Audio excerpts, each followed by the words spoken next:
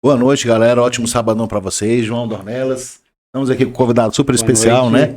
Paulo Emerson. Boa noite a todos. Muito bom estar aqui com vocês. João, prazer em conhecê-lo pessoalmente, porque escutar a sua voz é muito bom. Opa! Presencialmente ainda fica melhor. O Fabiano eu já conhecia de muitos anos, né? Então, mas é um prazer imenso conhecer Paulo e saber, né, um pouquinho quem é Paulo. Aqui conosco hoje, nessa noite maravilhosa, já finalzinho de mês, e vamos assim conhecer um pouquinho desse personagem. Bom, antes de mais nada, né, agradecer a oportunidade de estar aqui, mas eu sou uma pessoa hoje que representa uma associação chamada Associação dos Profissionais em Proteção e Privacidade de Dados no Brasil. Estou como diretor das regionais, também sou representante da Regional do Distrito Federal e também sou diretor do Comitê Público. Também atuo dentro de uma outra associação chamada Rede Governança Brasil, que a gente tem uma missão de trabalhar e trazer maior esclarecimento dentro da área de governança. E também apoio o Observatório de Empreendedorismo Feminino, Legal. Que é um trabalho que a gente faz em prol das mulheres, e também sou colaborador na Associação Papo de Mãe. Então nós atuamos hoje no mercado como perito forense, investigador cibernético. Nós também temos as habilidades de conciliação, mediação e arbitragem, e tem as outras habilidades que são derivada das especializações para a gente poder fazer todo esse trabalho de pesquisa forense, de investigação cibernética e de fazer a estrutura de auditoria e laudos. Interessante, interessante. Primeira pergunta, trabalho, né? Uma pergunta assim, legal, assim, curioso, eu sou muito curioso. Proteção de dados. Vou descrever aqui. Na minha cabeça, como de muitas pessoas, a internet é uma terra sem lei, cada um faz o que quer, entra e sai. Não é bem assim. Ou ainda tem esse risco? Aí vem aquela pergunta, né, João? Depende de como as pessoas querem tratar. Quando as pessoas querem tratar um incidente cibernético de maneira correta, não é terra sem lei. Uma das habilidades que eu tenho é de fazer rastreabilidade dentro dos segmentos, dentro dos canais de TCP/IP, dentro da camada de rede, dentro dos protocolos. Nem todas as organizações estão preparadas para esse tipo de atuação. Infelizmente, porque quando você fala de proteção de dados, as pessoas acham que é proteção de dado pessoal. O que as pessoas esquecem? Marca, patente, propriedade industrial, propriedade intelectual. Exemplo simples. A Coca-Cola, quando foi lançada a primeira vez, ela era um xarope para tratamento de bronquite. Passou-se alguns anos, aí teve um cara que comprou a fórmula, depois misturou a água gaseificada e virou a Coca-Cola. A logomarca da Coca-Cola hoje, só a logomarca vale 2,5 bilhões de dólares. Só a logomarca. Eu não estou falando da indústria, eu não estou falando da garrafa, físico, não estou nada. Só a logomarca, aquele nomezinho. Aquela escritazinha lá. Então, quando a gente fala de proteção de dados, a gente tem que lembrar que a gente tem que defender a propriedade industrial. E graças a essa visão que algumas empresas têm, a China hoje é líder de mercado mundial econômico, porque hoje quem tem mais patente registrada no mundo é o povo chinês. O povo chinês. Então, no caso, a proteção é também, não só cibernética, mas também a proteção de dados na questão de patrimônio, a marca, né? Intelectual e industrial. Interessante. Como é que funciona a conciliação? A conciliação, primeiro, antes da gente falar de conciliação, mediação e arbitragem, a gente tem que sair do contexto que as pessoas falam assim, olha, eu tenho uma empresa que faz esse serviço. Primeiro, a gente não faz acordo. Quem faz mediação, conciliação e arbitragem, ela faz uma técnica chamada autocomposição. Então, se eu estou aqui com o João e estou aqui com o Fabiano, vocês têm uma discussão e não conseguem chegar num acordo formalmente, o que a gente faz? A gente chama um mediador, um conciliador, para fazer uma autocomposição. Então, a gente aplica uma técnica para a gente ver os pontos que vocês têm em comum para ter uma terceira solução, uma quarta solução. Não é chegar e ligar, João, eu estou aqui com o acordo pronto, você vem assinar. Não é isso. Então, a técnica de mediação, os métodos extrajudiciais de solução de conflitos e controvérsias, é uma técnica utilizada para a gente ganhar dinheiro com sustentabilidade e usando aquele conceito do environment, social e government, que o pessoal fala aí, ambiente, social e governança. Então, quando a gente tem essa estrutura funcionando para a sociedade, para as pessoas têm maior participação, maior consciência e maior rendimento e rentabilidade, porque a gente para de perder dinheiro. Então, é assim... Mas todos os casos vai ter 100% de sucesso? Não, nem sempre, porque estamos lidando com pessoas. Um ser humano. O ser humano é uma caixinha de surpresa. É imprevisível. Eu ia, por exemplo, fazer aqui uma analogia aqui. Eu tenho uma briga aqui com o Fabiano. Nós estamos brigando por causa desse copo. E nem ele tem documento, nem eu tenho. Não existe prova material. Como é que poderia acontecer aí uma conciliação para poder a gente chegar num denominador comum, assim, de uma maneira mais leiga, mais leiga. É isso. Primeiro era ver quem tem a maior necessidade de usar o copo. E tentar estabelecer os dois. Eu, como mediador ou conciliador, eu só vou facilitar a conversa de vocês. Eu não vou tomar decisão por vocês. Mas chegar a construir uma solução onde vocês pudessem utilizar esse copo com horas alternadas. Então, agora é minha vez, agora é a sua vez. Mas vocês fazendo essa autocomposição. Não é um acordo. É um diálogo. É um diálogo sem comunicação violenta. Sem violência. Na maioria dos casos vai para violência, né? Não física, mas assim verbal. Tem a né? violência verbal. Aí o que a gente faz durante essas sessões? A gente separa as pessoas, a gente conversa com sessão separada, mas a gente consegue diminuir o atrito para chegar a uma autocomposição. O desgaste, né? O desgaste é menor. E muitas vezes, quando a gente faz o processo da maneira mais adequada possível, o que acontece? Essas pessoas voltam a negociar, voltam a trabalhar juntas. Uma historinha que a gente conta sempre, assim, vocês estão produzindo laranja, por exemplo. Todos os dois produzem laranja e tinha uma empresa que fornecia a semente da laranja. E vocês só tiravam desse produto o suco. Aí um dia a empresa diz que não quer mais nada com vocês. Só que naquele momento, com o conhecimento que vocês teriam na época, vocês só poderiam aproveitar o suco. Aí chega uma outra pessoa que não tem nada a ver com o negócio de vocês, aí começa a falar para você, olha, você pode fazer o doce da laranja, você pode aproveitar o bagaço para fazer um determinado produto específico, você pode fazer a reciclagem com a casca da laranja. Aí vocês começam a entender que o negócio de vocês não é só suco de laranja. E quando vocês evoluem bastante no negócio, o que vocês passam a fazer? Vocês passam a pegar a semente e fazer enriquecimento genético para ter uma laranja melhor.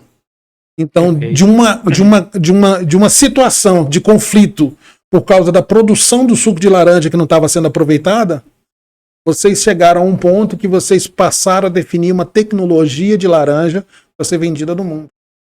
Outras isso é o que traz. Né? Sim, esse é o caminho. É interessante. Eu nunca tinha parado para olhar nesse prisma. É muito diferente, né? A pergunta do Fabiano foi muito propícia. O empreendedor no início tem muita dificuldade, né? Gasta muito, né? Não sabe gastar. Às vezes a maioria quebra por não saber. Não saber fazer essa gestão. Tem uma coisa assim, que eu coloco muito para vocês, que vocês já estão dentro da área, não só da telecomunicação, mas na área comercial há muitos anos. O que acontece quando você fala a palavra gasto, né? A palavra gasto é uma palavra que sempre traz o quê? Coisa negativa, que você não vai ter lucro, só tá jogando dinheiro fora, né? Sim. Isso já vem na palavra, Fica né? até pejorativo, né? Fica pegando pesado. Você tem que olhar que você, quando faz um investimento num cenário de mediação, num cenário de conciliação, o que acontece com a sua organização? Aí tem que ser exemplo. Se você tem uma organização que tem muito problema trabalhista, então você sempre está indo a vias de fato dentro de uma estrutura trabalhista. E geralmente a gente sabe que no direito do trabalho sempre quem tem razão é o funcionário, nunca é o empresário. Mas a partir do momento que você começa a tratar, a mitigar a situação trabalhista antes de ter o litígio judicial, ou seja, você começou a estruturar a sua organização para conhecer melhor o teu funcionário, conhecer melhor o teu colaborador, e você começa a trabalhar a sua organização para que ela tenha melhores resultados com aqueles colaboradores, você reduz o passivo trabalhista. Então, em vez de você estar gastando dinheiro, aí gastando com causa trabalhista, vamos fazer um planejamento para modificar esse investimento que está sendo jogado fora e transformar em algo produtivo para a organização. Aí o que acontece? Você passa a ter uma organização onde os colaboradores têm mais empatia com a sua identidade, Porque você não precisa ter um colaborador que veste a camisa. Mas você precisa ter um colaborador que tem consciência que aquela organização é da onde ele traz toda a sua fonte de renda, sustento familiar, e que se ele ajudar aquela organização a desenvolver-se, a ter mais lucratividade, a maior sucesso, ele também é beneficiado. Mas isso é uma cultura que tem que ser modificada. Modificada, isso que eu ia falar. Isso depende muito de uma cultura, porque, infelizmente, hoje, no nosso país, ainda tem um caminho muito longo a ser percorrido.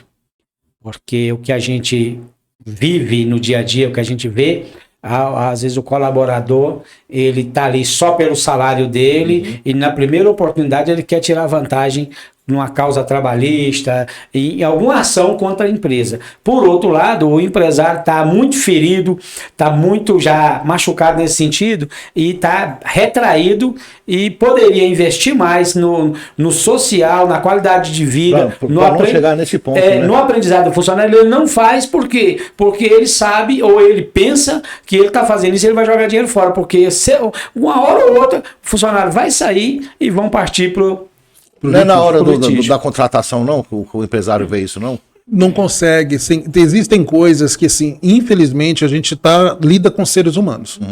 Seres humanos têm suas vaidades, têm suas virtudes, têm seus desejos, e nem sempre a correlação de equilíbrio existe. Eu sou da área de perícia forense, então o que acontece? Nós somos contratados só quando tem um desastre. Já chega ali chega no pico da tragédia ali. Só não tem, né? Aí é que nem médico, a gente cobra caro para fazer determinado serviço. Mas por que cobra caro? Porque o nível de especialização é muito alto. Fazer a rastreabilidade, a identificação das coisas que acontecem dentro de um cenário conturbado não é um trabalho simples. A maioria das pessoas acham que não deixam rastro de nada. Eu apaguei meu HD, apaguei os dados, apaguei o e-mail. Não é assim. A gente tem que entender que nossas estruturas são complementares. Por mais que eu seja um perito forense, eu trabalhe na área de corretagem de imóveis, eu trabalhe como um especialista, eu vou precisar do João na especialidade que ele faz, que ele já desenvolve. Vou precisar do Fabiano numa outra especialidade. E quando a gente faz essas relações, a gente troca informação. Então, o rastro digital está no WhatsApp, sempre está no e-mail, está no documento. Não some. Não some. Sempre vai ter o rastro. Não some. Por quê? O sistema... Você tá no Zap ali, você apagou a foto ali, mas não apagou, na verdade. Não apagou, porque aquela foto sua já foi compartilhada com outra pessoa. Já está em outro lugar. Está em outro lugar. Então, esse é um conceito que a maioria das pessoas não tem. Qual que é o segundo conceito? O sistema bancário. Meu banco é Brasil, o seu é Bradesco e o seu é Caixa. Gente, eu posso apagar os dados do Banco do Brasil, o Bradesco vai ter. A Caixa vai ter. São sistemas diferentes. Então, as pessoas costumam falar coisas nas redes sociais que não são verdades. Então, quando você tem a pessoa que domina o conhecimento de integração e interoperação de sistema, de arquitetura de comunicação, é completamente diferente. O rastro digital fica.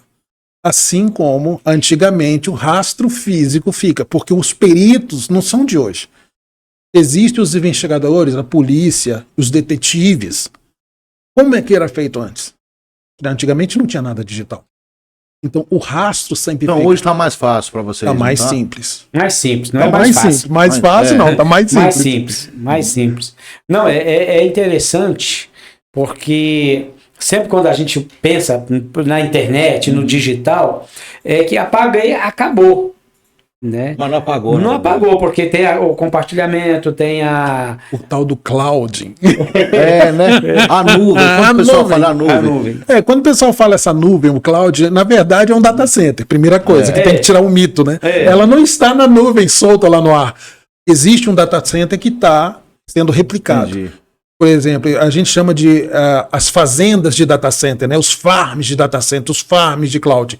Então, são várias máquinas que estão replicando aquela imagem. Replicando aquela informação. Aquela informação para você pesquisa, para manter ela segura. Não tem nada escondido, né? Tentativa de manter segura. Não, eu digo com segura assim, por exemplo, assim, eu estou com minhas informações.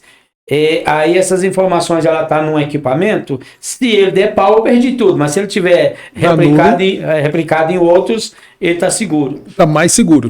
Você tem que saber como chegar lá. Não, como já aconteceu comigo, por exemplo, aconteceu isso comigo já há alguns anos atrás. Eu tive eu recebi um e-mail. Na época o cara me pediu 2.000 em Bitcoin para poder não divulgar filmes pelado, fotografia, coisas pornô minha. Eu falei, eu não tenho isso, nunca fiz, não tenho necessidade disso, para que eu vou pagar? Não fiz. Aí ele cumpriu a ameaça.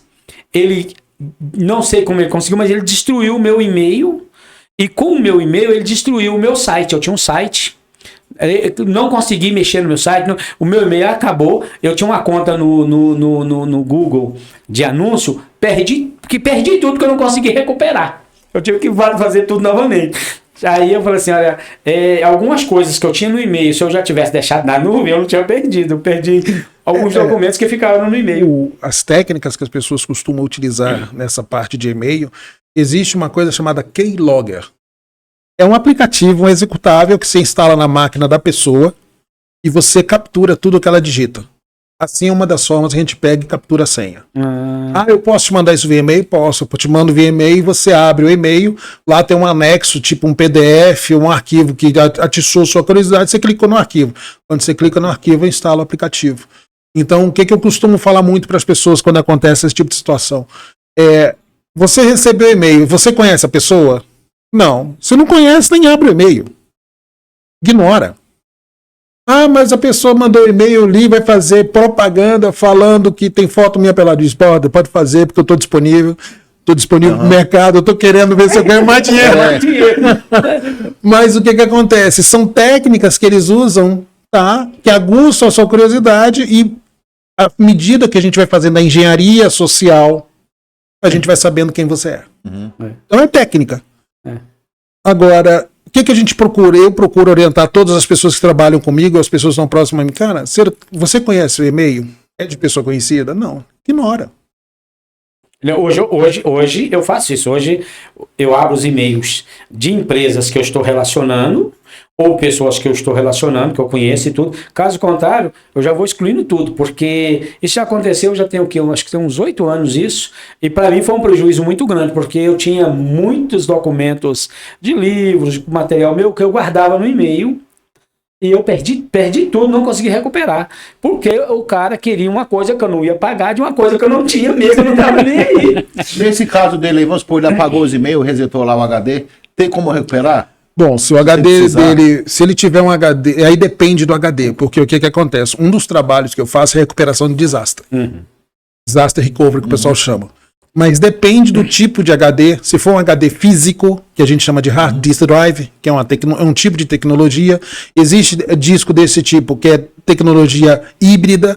Ele tem uma parte que é física, com disco de alumínio gravado com a parte magnetizável. E tem a parte que é de memória, que é uma memória que é instalada dentro do HD. E existe o SDD, que é a tecnologia mais nova.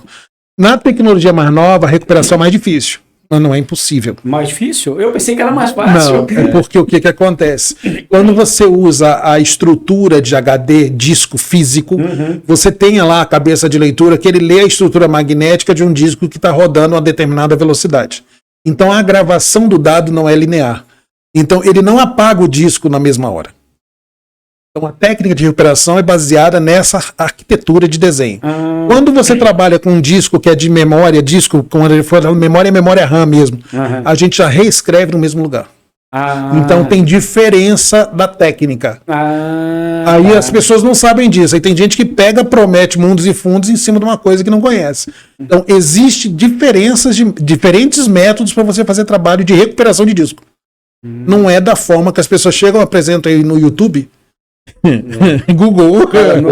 Aí, não, você bota aqui um programa, o programa vai fazer. Não é assim. Eu pensei não é que por você a tecnologia mais nova seria mais fácil, pelo contrário, é mais difícil. É interessante. Porque hoje, o que acontece? Antigamente você tinha vamos botar seu exemplo. Antigamente eu tinha uma sala com 33 metros quadrados para ter uma máquina de calcular com 8K de memória. O que é 8K de memória? É uma máquina de calcular daquela Sharp antiga digital. Olha só. Hoje o teu celular, só no teu celular você tem mais de 1 tera de memória. Aí o que acontece? Eu estou falando que um computador antigo, o ENIAC da IBM, ocupava quase um andar de um prédio. Hoje você carrega o computador da IBM na tua mão. Uhum. Meu Deus, que Então, assim, salto, né? É muito diferente. É diferente. O detalhe é que as pessoas não usam a tecnologia ou a arquitetura que está disponível no IoT com o conhecimento que ela precisa. E agora com a IA agora? Agora, quando a gente fala de IA, tem um Mudou lado... tudo, né? Nem tanto, Fabiano, porque o que acontece? A IA é programável. Todo mundo está criando aí a expectativa da IA, que a IA vai fazer isso, vai fazer aquilo. Tá bom, vamos lá. Se vai andar sozinho. Você não acredita nisso, não? Que pode acontecer isso? Eu sou desenvolvedor de sistemas também, então o que acontece? Quando você abre o teu WhatsApp hoje, você vai ter lá uma bolinha azul, que é o antigo Cortana, que hoje é chamado de Copilot. Ali é uma IA. Uhum. O que a IA faz? Ela tenta capturar os dados daquilo que você conversa, daquilo que você fala. Então, a IA, o aprendizado cognitivo da IA é feito em cima de algum aplicativo. O aplicativo é manipulado por uma pessoa. Não quer dizer que essa pessoa tenha o conhecimento do que está acontecendo ali. Então, a IA está capturando tudo. Quem está classificando a IA? Você não sabe. Como é que a IA está aprendendo? Você também não sabe. A IA vai fazer um programa, um sistema de empresa sozinho? Não vai. Não vai. Por quê? Porque eu tenho que fazer decisões, eu tenho que fazer cognições, eu tenho que fazer analogias. A IA não tem essa capacidade hoje. Vai precisar da emoção, digamos assim, de uma maneira precisa de um sentimento. Precisa de uma maneira mais grossa, né? Um ser humano mais leiga. Precisa de emoção. Precisa de emoção. Então, as pessoas precisam compreender que o discurso da IA ele é alimentado por um ser humano antes. Isso quer dizer que tem vício cultural, tem vício de aprendizado, tem vício de estrutura. É o tipo de coisa, quando a gente fala que a IA vai fazer tudo sozinha, a IA pode segmentar ou segregar determinada classe social. Algumas profissões vão ser extintas, você acredita? Extintas não, elas podem ser automatizadas. Mas vai chegar um momento, Deus o livre e guarde, se acontecer catástrofe, como aconteceu no Rio Grande do Sul, como está acontecendo no Maranhão, como está acontecendo em outros países, como teve tremor de terra agora recente, a inteligência e a tecnologia não faz nada, porque no final das contas você precisa de pessoas. Isso é do ser humano. Porque poder movimentar as coisas. Igual a criptomoeda, né? Porque eu fico pensando assim, o Bitcoin e tudo, mas se der uma pane na energia, por exemplo, acabou tudo, né? Existe essa situação. Eu sou uma pessoa que eu não invisto em criptomoeda e nem Bitcoin. Eu ainda sou do tempo do Ronca. Sei. Eu acredito no lastro do ouro. Eu acredito na moeda. E muitos computadores para estar minerando ali, né? No peso. Eu ainda sou mais antigo. E o que acontece? Por mais que eu queira criar moedas que tenham aí a sua força para fazer negócio, no dia que eu pedir para um Bitcoin fazer a liquidação da uma conta de Bitcoin para comprar um imóvel, eu não consigo.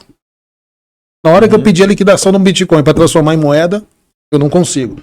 Então, para mim, não é moeda. É moeda dentro de um mercado específico onde tem pessoas que acreditam naquilo.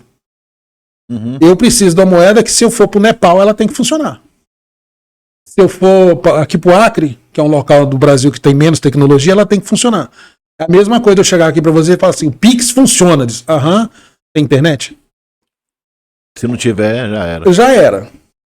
Então eu tenho no Brasil cidades, municípios que não conseguem fazer operação online porque não tem internet. Não tem estrutura para isso. Não tem infraestrutura. Não tem infraestrutura. Então a gente tem que ser pessoas que tem que ter pé no chão.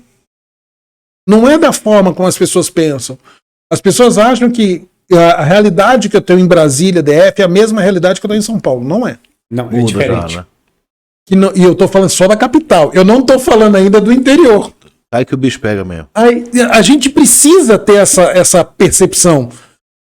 Você pega hoje, por exemplo, o pessoal tá falando assim, tem a IA que tá evoluindo, tudo, mas as escolas na Suécia, as escolas na Europa estão tirando as crianças de utilização de IoT porque elas estão ficando burras. Elas estão perdendo a capacidade criativa. De pensar. De raciocínio. E aí, olha o problema. Perdeu o raciocínio, perdeu a capacidade criativa. Vai ter inovação tecnológica? Eles não conseguem desenvolver mais nada. Hoje você vai no mercado convencional, as pessoas usam calculadora o tempo todo. Não, E não sabe fazer conta. Não, só te interrompendo, você falando uma coisa dessa aí. Ó. Eu estava conversando com um adolescente, 16 anos, e ele estava perdido nos meses do ano. Nossa. Nos meses do ano. Eu falei assim, tiraram o outubro do ano, não tem mais? Eu falei, e onde é que entra o outubro? Eu falei, não acredito. Eu falei, não acredito. Eu falei, gente, eu falei assim, esse povo não pode dominar o Brasil, não vai dominar o mundo, não. É uma coisa, João, que quando a gente para refletir, a maior sacada do universo que teve em todo mundo, foi a divisão do tempo. O ano ter 12 meses, você ter os ciclos econômicos das festas em cada mês, mas você sempre tem uma renovação com a festa das luzes, né?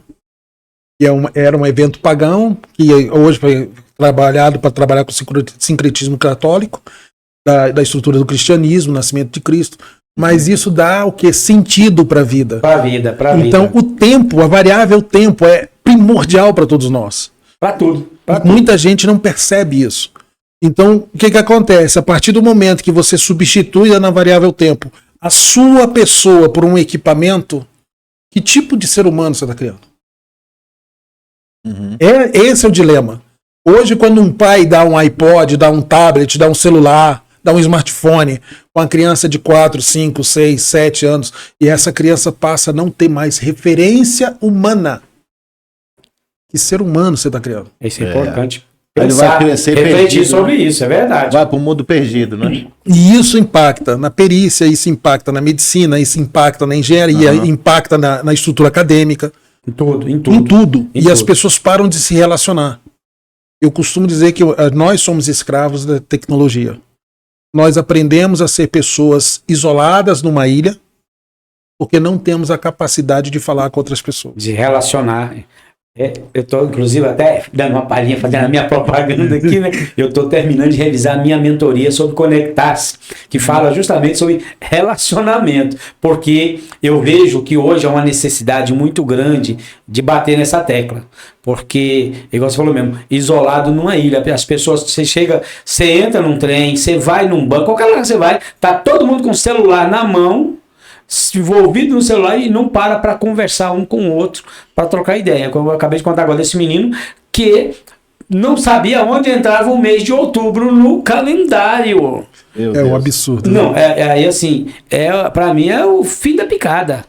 Porque é a coisa mais simples que tem. Falei, rapaz, se eu começar a fazer algumas perguntas, eu não vou nem fazer para não deixar envergonhado, porque vai querer que eu vou te humilhar. Mas não é. Eu falo assim, tem que largar o celular. O que falta hoje para mim no ser humano é disciplina. É você ser disciplinado. Você falar assim, olha, não vou fazer e não fazer. Isso não vai me dominar. Eu, por exemplo, eu uso muito a tecnologia no meu dia a dia. Mas eu tenho um princípio seguinte. As redes sociais, o celular, o computador, ele não me domina. Você acha que mudou muito a geração de antes para cá? Mudou totalmente. Rapaz, assim, não dá nem para poder comparar, porque são escravos eu não vou dizer nem da tecnologia, não, são escravos das redes sociais. Porque quando você pega o telefone de qualquer um desses meninos, eles estão... Cada um no seu mundo ali. No seu mundo, na rede social. Eu falo, olha... Não sei se é por causa dos meus cabelos brancos ou por causa da minha vivência. Eu falei, eu não deixo me dominar. Eu tenho meu período do dia que eu olho as minhas redes sociais pessoal, porque eu tenho da empresa que eu sou obrigado a estar acompanhando. Você acaba tendo que entrar no jogo, senão você está fora, né? Não é por causa do meu trabalho na empresa. Mas eu, por exemplo, às 22 horas, qualquer pessoa ligada a mim, se precisar falar comigo, só vai falar no outro dia. Porque depois das 22 horas, salvo se algum membro da minha família estiver na rua e precisar ter contato comigo. Filho, esposa e tudo. Caso contrário, o meu telefone vai ficar lá na sala e pode tocar a noite todinha que eu não vou lá olhar ele. Por quê? Porque eu vejo dentro da minha casa, meia-noite, 1h da manhã, você vai olhar, tá no Instagram. Eu falei, tá perdendo noite de sono pra quê? Nada. Para nada. Então, assim, a preocupação antigamente era, meu filho tá na rua, né? Tá na rua. Perigo. Mas hoje o perigo tá mais dentro de casa, no computador. Ali, no celular, computador. né? Porque se tivesse, por exemplo, estudando, fazendo alguma coisa para o crescimento, mas eles estão escravos. Eu não digo da tecnologia, talvez eu possa estar, você que é um período, né? Eu estou equivocado. Mas eu assim, estou escravo das redes sociais, das filminhos, daquelas coisinhas que não agregam nada no conhecimento. É uma coisa, João, que quando eu coloco para as pessoas ficam até assustadas. Mas assim, elas são escravas da própria vaidade. Vaidade. O que acontece? Você pega, tira uma selfie, uma foto. Você já viu alguma foto da pessoa mostrando que ela tá ruim? Não, ela tá sempre ali. Ela sempre feliz, tá bem, né? tá linda, maravilhosa, bombando. Feltro bonito, né? Tudo acontecendo sempre top 100. É mentira. Aí na hora que você vai fazer uma análise com essa pessoa, você vê que essa pessoa tem depressão, você vê que essa pessoa é sozinha, você vê que essa pessoa é isolada, você vê que essa pessoa não tem sucesso todo. Então, são as formas, eu costumo dizer assim, que o mal vem controlando o ser humano através da vaidade. A vaidade. Você acha que vai piorar ou vai piorar? O maior pecado do ser humano é a vaidade, né? Porque pela vaidade o cara mata, pela vaidade o cara rouba, pela mente, ele faz uma série de situações pela vaidade. Eu defendo um grupo de pessoas, quando a gente fala de profissional de privacidade de dados, então eu defendo uma profissão chamada Data Protection Officer, encarregado de proteção de dados, oficial de proteção de privacidade de dados. Então, é uma atividade nova no Brasil, que tem nos últimos 4 anos, mas o que acontece? Eu não sou a favor, por exemplo, que crie um jogo que seja digital, ou um jogo que seja dentro do celular. Porque nessa profissão nossa, a gente precisa relacionar. Eu preciso falar com as pessoas de todas as camadas da organização de maneira transversal. E a privacidade é para todo mundo, porque é um direito individual. O que acontece? As pessoas querem fazer as coisas digitalmente. Não funciona. Então, dentro dessa situação, o que aconteceu dentro da nossa associação? Temos uma membro, uma associada, uma mulher, que é administradora, que é a Juliana Heller. Ela desenvolveu um jogo de tabuleiro chamado Defensores da Privacidade de Dados. Ah, legal. Então, o que acontece? A gente passou mais de 2 anos para botar esse jogo num formato bonito. Aí saiu um artigo científico que foi registrado na Flórida, saiu na revista Recima. Então a gente está trabalhando todo aquele contexto que eu falei inicialmente de propriedade intelectual, patente, marca, com um artigo científico. E uma coisa que no nosso país as pessoas não valorizam é o conhecimento técnico científico. Então é muito importante fazer esse desenvolvimento.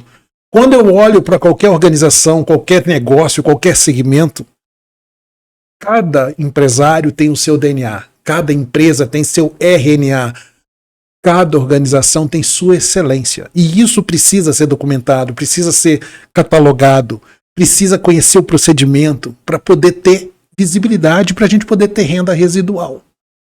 Verdade. Que é o que as pessoas não entendem.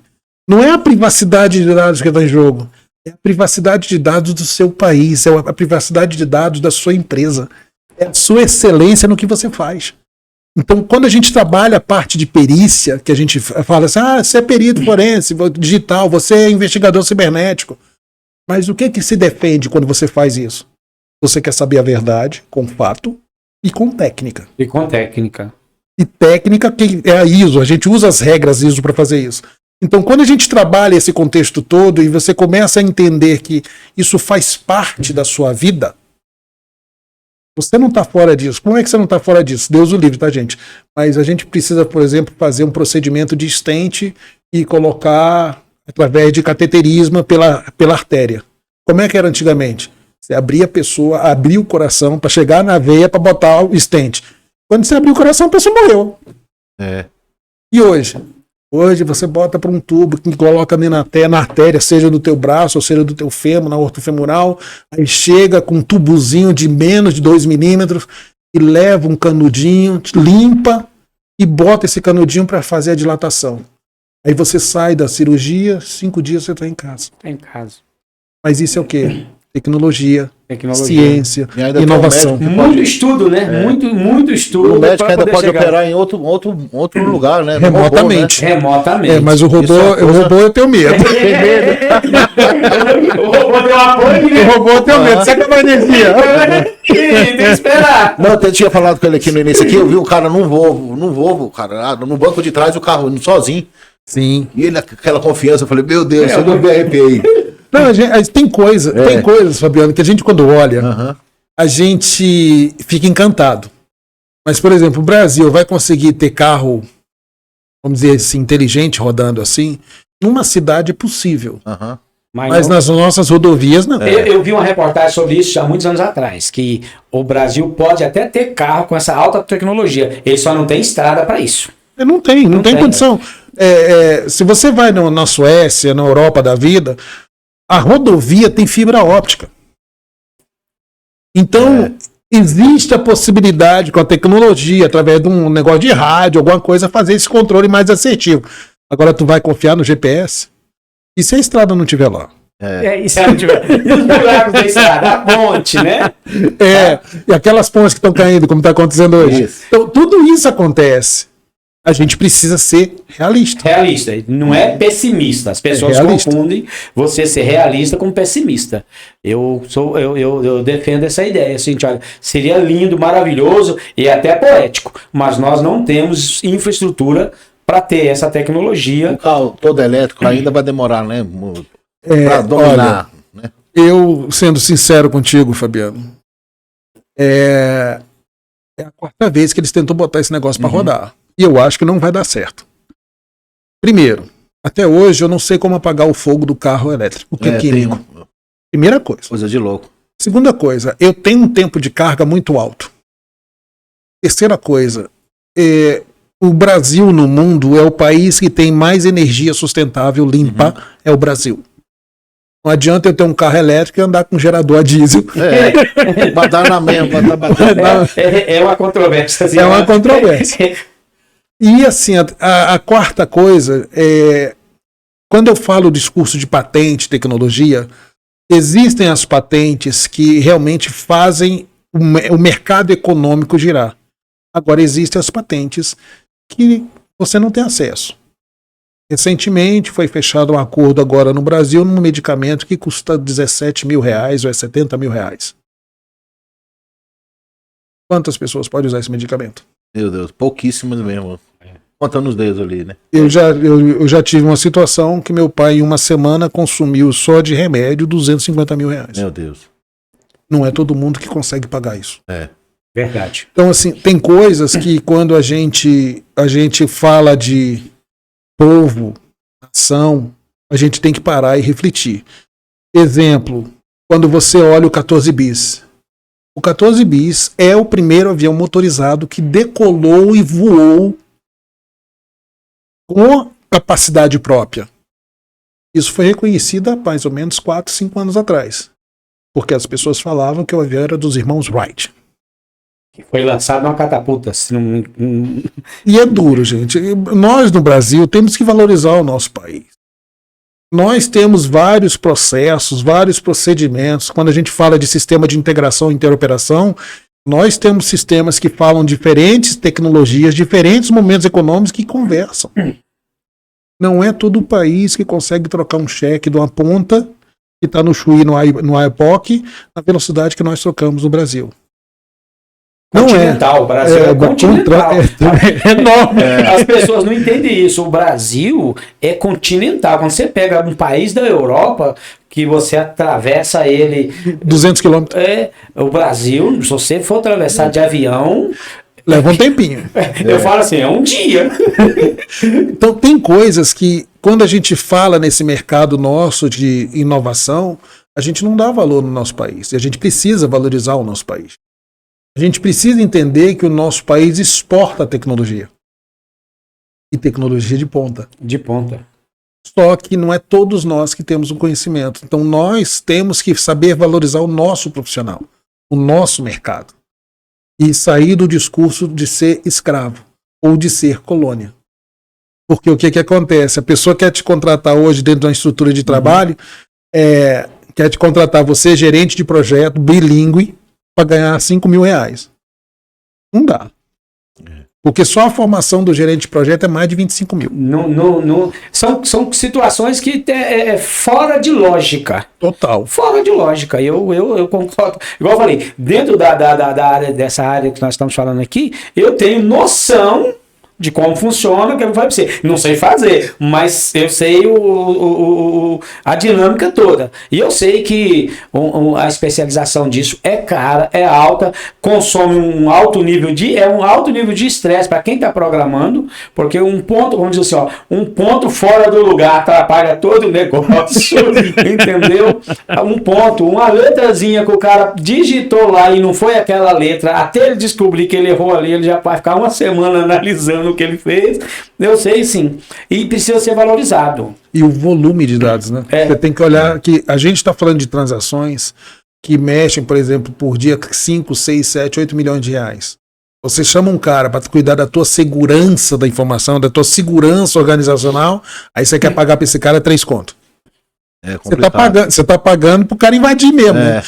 Não, a verdade é essa. Para ser negligente, né? Total negligência. Para ser negligente, porque isso aí você tocou num assunto muito assim, interessante para prestar bem atenção. Porque às vezes vão para a área agrícola, o cara dá 5 milhões numa máquina e quer pagar um salário mínimo para o cara operar essa máquina. E a máquina é cara, deixa a máquina quebrar. Então é a mesma coisa a proteção de dados na área da informática. O cara quer alguém para gerenciar ou para executar. E não valoriza, né? Não, e não valoriza, quer pagar um valor que não é compensatório, não vai resolver, não vai estimular o cara a fazer. E ainda tem atualização, tá, João? Porque hoje as máquinas trabalham com GPS. Uhum. Todo GPS hoje é estacionário, eles são de outros países. No Brasil não tem GPS próprio. Mas o que acontece? A pessoa que está hoje operando uma colheitadeira que tem a inteligência artificial, porque ela tem. Como é que você prova isso? Ela te dá peso, ela te dá capacidade de carga, ela te diz o melhor horário para fazer a produção. Se esgotou lá a caçamba, se não esgotou. Tudo isso ela te fala. São sensores? São. Mas são sensores programados que têm referências de série histórica de outras colheitas para dizer o melhor momento para fazer a operação. Então a inteligência artificial acelera o processo, mas ela não faz o processo sozinha. Entendi. As pessoas pensam que ela faz, né? Depende do ser humano. Depende. Eu sempre tenho um ser humano eu tô olhando falar um pouquinho desse jogo aí. Tô olhando pro joguinho aí. Bom, primeiro eu quero abrir para vocês, mostrar a caixinha linda, Defensores da Privacidade de Dados, que é um tema que a gente tem dificuldade de falar sobre privacidade, proteção e segurança da informação para as organizações. Então foi criado um jogo de tabuleiro que fala de todos os artigos da LGPD, da Lei Geral de Proteção de Dados Pessoais, e quem criou esse jogo foi uma mulher chamada Juliana Heller. Não posso falar que foi porque ela está viva. Ela é dona da LGPD Nacional e é a nossa representante lá na Regional de Santa Catarina da Pedados. Mas o que acontece? Esse jogo facilita a comunicação nas organizações. E de que maneira? Ela faz com que a gente aprenda a jogar de maneira cognitiva através da conversação com as pessoas dentro da organização. Vou abrir aqui o tabuleiro para vocês terem só uma ideia. Não, legal, muito interessante. E muita gente vai dizer assim, nossa, o jogo parece com um banco imobiliário, sim. Sim, a primeira coisa que eu vi aqui veio na memória o banco imobiliário. Ó, vou demonstrar para vocês aqui. Ó. Olha, tem um dinheirinho, tá? Ó, tem um dinheirinho mostrando para vocês aqui. É por isso que eu pensei nisso. Tem as cartas que falam sobre conformidade, tem carta de você comprar para você fazer seguro, para fazer... Tem a mesma lógica financeira, porque todo investimento traz lucro.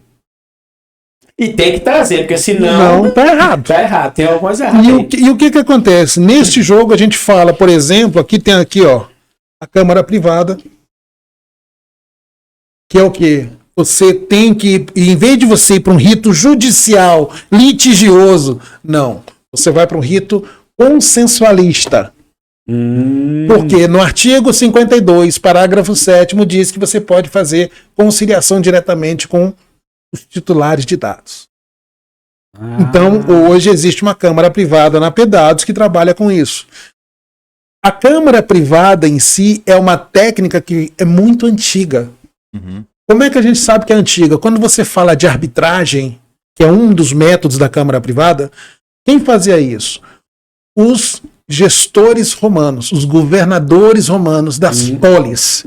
Porque você não tinha como você fazer um processo judicial para poder dizer que aquele navio de açúcar, de sal, ia fazer um outro negócio, de uma outra forma.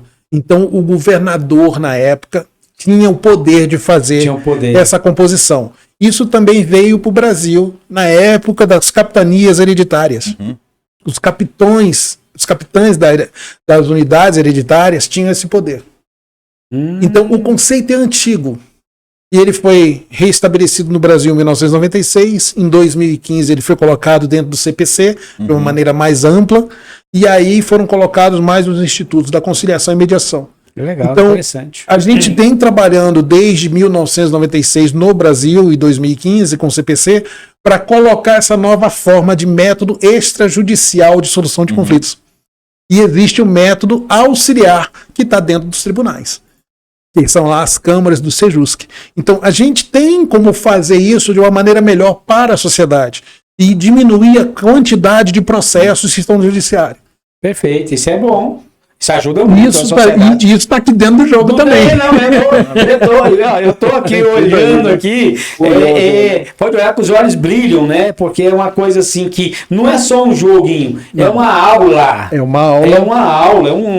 Eu acho que eu não tô sendo até modesto de falar aula, é um curso. Não, é um curso que você aprende brincando. O que acontece? Você vai saber dessa lei que eu te falei, do artigo 52? Provavelmente você não vai ter acesso à lei como a maioria das pessoas. Mas você chega assim, conformidade, Câmara Privada, guarde essa carta e use para sair da sanção pagando apenas R$50. Então, em vez de você pagar 200, 300, 400 mil, você paga 50 e a conformidade resolve. Mas eu também tenho a desconformidade aqui, ó. Infelizmente, você não se atentou a incluir cláusulas de proteção e de confidencialidade de dados pessoais nos seus contratos com fornecedores. Pague 40. Aí você vai lembrar que você tem lá no artigo 7º que tem que... Não. Aqui é um método cognitivo que você aprende no dia a dia, diminuindo as coisas conforme você usa. Eu falo para as pessoas, olha, João, não vai tirar foto na frente do seu hack. O que é hack, Paulo? Não, aquele negócio que você bota o computador e lá tá lá o cara que conversa com o roteador externo. Aí eu vou te dar agora o lado do perito malvado. Quando você tira foto na frente de um gabinete desse, de um hack de computadores, o que você me dá de informação na foto? Você me dá o modelo do teu gabinete, você me dá o modelo do teu equipamento, você me dá a série do teu equipamento. Eu pego tudo isso na foto.